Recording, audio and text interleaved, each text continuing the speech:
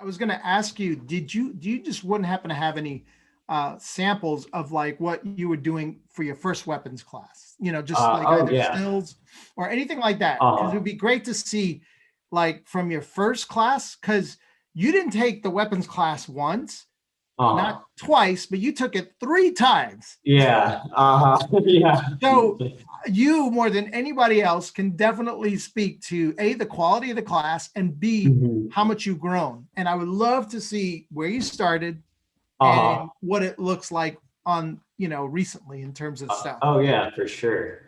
Here, I'll share my screen real quick. Yeah. So what are you showing here? So yeah, this was like the kind of quality I had before I took Ethan's class. Really? Yeah, it's just, I kind of had like this perfect edgeware going on. I just didn't really know how to refine my skill when I got to this point. I knew it psychologically. I knew something looked wrong about this photo. I just did not know what it was. So, I And mean, just so you know, I mean, doing hard surface modeling for several years, I don't have what that original thing looks like. But if I didn't know what this gun looked like, I would say if you were actually uh, trying to get into the class and you showed me that, I was like, oh my God, you're already on the path, yeah, So uh, I would just say this. This doesn't suck. thanks. uh, it's uh, it's really, yeah. If this is what you're coming in with, kudos uh, to what you've learned even before getting into the class. oh Good job. yeah, that's hilarious. Yeah, yeah, it's funny because I look at my stuff now. It's like, man, I need some more work on that. So But what are the things you see in now that bug mm, you about this compared to what you're doing and what you learn now? yeah, pretty much. I'd probably start with like the plastic. It's you got these scratches going across, like that scratch that literally wraps around the curvature. The likelihood of that happening in real life is very low. So it's kind of like that CG aspect. You can tell it's a computer made model. It somewhat looks real, but your brain can still tell you that it looks fake. Hmm, interesting. Keep Um, going. I want to hear yeah. your own self critique of your work. This is really fascinating. Okay. Yeah. Even like right here, this curvature brown right here, just following this, Yeah. that'll. And even if you're like not an artist, you might not know it.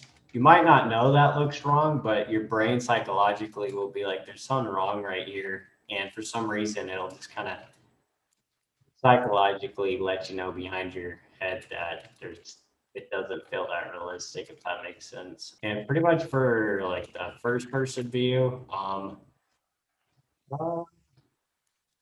like I would say like, more details inside the scope. Mainly just like the textures, though, is what I see. Just pretty much the variation. There's not a whole lot of variation going on in here.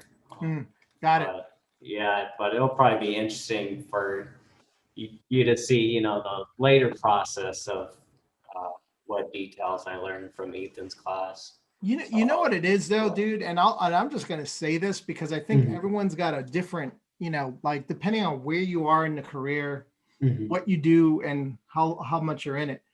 I think if you were to show that just to your average person who doesn't know a Uh-huh. whole lot, they're probably like, Uh-huh. "Holy crap, that's pretty Yeah. damn awesome!" All right, Uh-huh. but which goes to show you though that as good as this is coming in, we Mhm. could always improve and make it just a little bit better. Yeah. Uh-huh. For sure. So I want to see what better looks like for you now. Now that Yeah. you just Okay. said, because this is gonna be a hard bar to like kind of beat. I'm like, Yeah. really? Yeah. If your goal was to get 5% better, and that would have been a Uh-huh. lot for you, and you're Uh-huh. fine with that, that's great. But let's go Uh-huh. ahead and go through this. This is fascinating. Yeah, for sure. Yeah, with this one, you could see I went a little easier with the wear. It's more in subtle places. It's not like literally grinded all across. Yeah. Um, so yeah, it got a more subtle. The plastic reads a lot better. Mm-hmm. you know, and it's like even this aspect, you got the plastic grain right here, but on the real life weapon, it's kind of cleaned out just for design. Now you were in Substance Painter when you were making this? Correct. Yeah.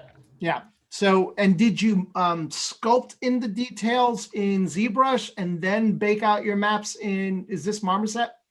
Yeah, correct. Yeah, I pretty much baked out my maps in Marmoset. For what I mainly use ZBrush for was dynameshing the mesh and Yeah. then doing some polishing to get the high poly Mhm. to get those bevels. Yeah, so that's pretty much the only way I utilize ZBrush for hard surface currently. Yeah, it's almost kind of gotten to the point where the things I used to use ZBrush for in my Uh-huh. modeling for weathering and adding stuff, almost 95% of that work can be done in Mhm. Substance, you know? Yeah, yeah, it's gotten crazy for sure. Yeah. Yeah, and that's the one perk to Substance is like, yeah, if I sculpted a giant edge chip right here, it's, and then I decide later on I didn't like that, I would pretty much have to go back and rebake the maps on top of going back into ZBrush and removing Could that. you, So, I'm sorry, I didn't mean to interrupt. Could oh you yeah, show us the base model just to see what this looks like, the oh geometry? Because yeah, I mean, for sure. we're modelers here. Yeah, for What sure. is the actual geo looking like? Can you Yeah, show the wireframe? yeah. Cool. There we go. Yeah, so that's pretty much what I got for that one. It's funny, even looking at this one, I kind of see somewhat flaws with it. Yeah. Here I go back to critiquing myself, but yeah, What it's are the things you're seeing in terms of the modeling component? Being that what are you thinking that you're doing better now compared to this model? uh pretty much getting the details a little more exaggerated in the mesh. Like you notice there's this nice inset right here, but you can't really notice it too much in the geometry. Got it. And yeah, in the real life one, it's kind of pushed in a bit more. So Is this model in multiple pieces so that you can do animation with it? Yes, it looks like correct. there it is. Yeah, yeah. So I can Very go back cool. like that. Yeah. Yeah, a lot of this stuff too, I just didn't really know how it worked before I took Ethan's class. Like going back to that other weapon, it did not really have the internals modeled because I had no clue how that stuff worked. I imagine then that meant that you had to go deeper in your reference hunt just to be able to justify those choices. The ref took quite a while to gather, pretty much for any projects, and even just the complexity that these weapons can have. It can take several hours just trying to grab everything.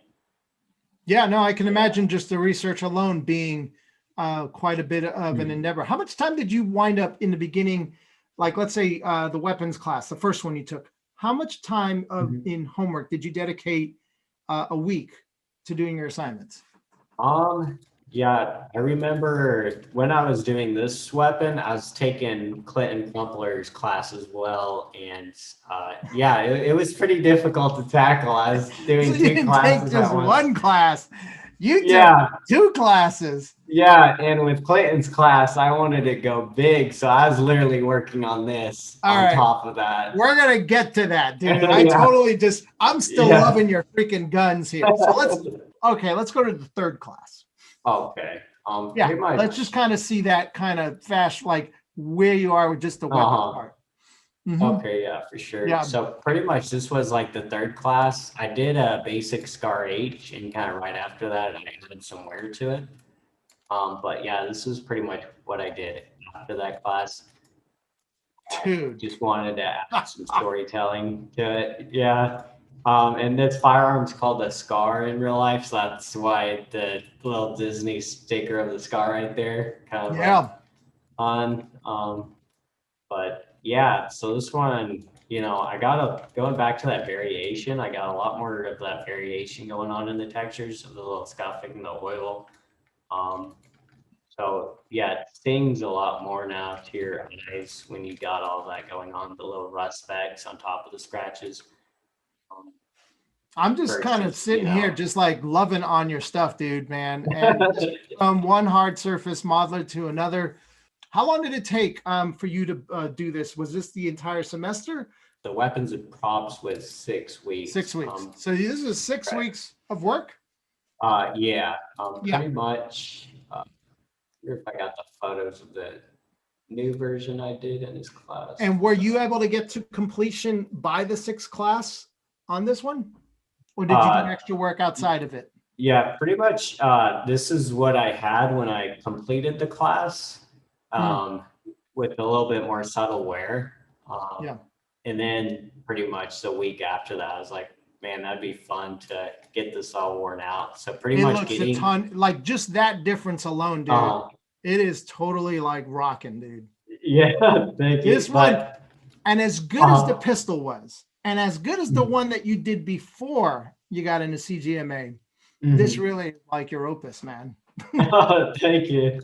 Yeah, it's crazy though, because all of this was just stuff that I picked up from Ethan's class. I was able to not only apply it to what I was working on in that class, but apply it to my own personal work. And it's just crazy what I learned taking that class.